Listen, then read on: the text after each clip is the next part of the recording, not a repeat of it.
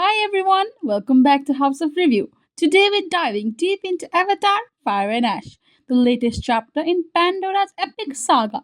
There's a lot to unpack here, so strap in and let's soar. But before we jump in, I need your thoughts. Did Fire and Ash feel fresh to you, or a bit long? And now, is Pandora still magical or starting to feel a little familiar?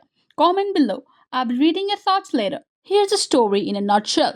After the events of the Way of Water, the Sully family is trying to rebuild their lives, but trouble finds them again.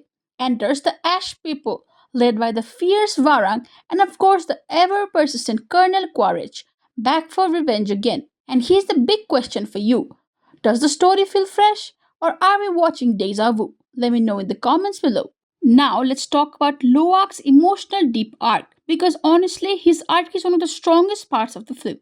He's coping with grief after losing his brother, figuring out who he is, and trying to step out of his parents' shadow. What works so well about Loak is that his journey feels real. He makes mistakes, doubts himself, but also learns to take responsibility, not just following Jake and Niteri. That personal growth really grounds the film emotionally. And I have to ask, did Loak's journey hit you the same way? Do you think he even steals the spotlight in some scenes? Drop your thoughts below. And then there's Kiri. Her connection to Iwa adds a spiritual layer that's really beautiful. She brings emotional depth that complements Loak's journey. As for Varang, she's visually striking and fierce, but her impact is sometimes overshadowed by Quaritch's familiar vendetta. Still, the tension she brings adds something new to the mix. Spider, one of the human outsiders, slowly gains acceptance by the Navi. It's understated, but seeing Pandora's people open up to him shows that the story isn't just about conflict, it's about trust, understanding, and bridging worlds. Now, let's talk about visuals. And wow, the film is jaw dropping.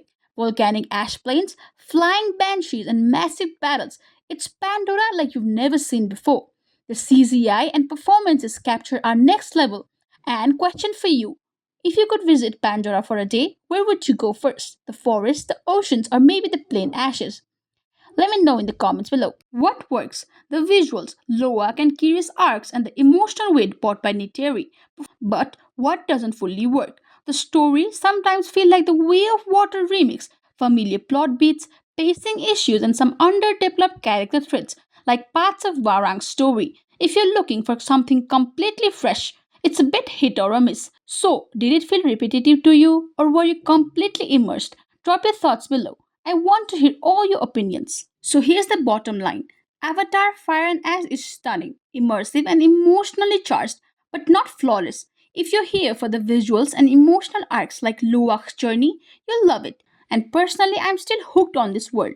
But will Pandora truly surprise us next? That's the big question. And I want to hear what you all think. If you enjoyed this video, hit like, subscribe, share, and ring that bell so you don't miss more content here on House of Review.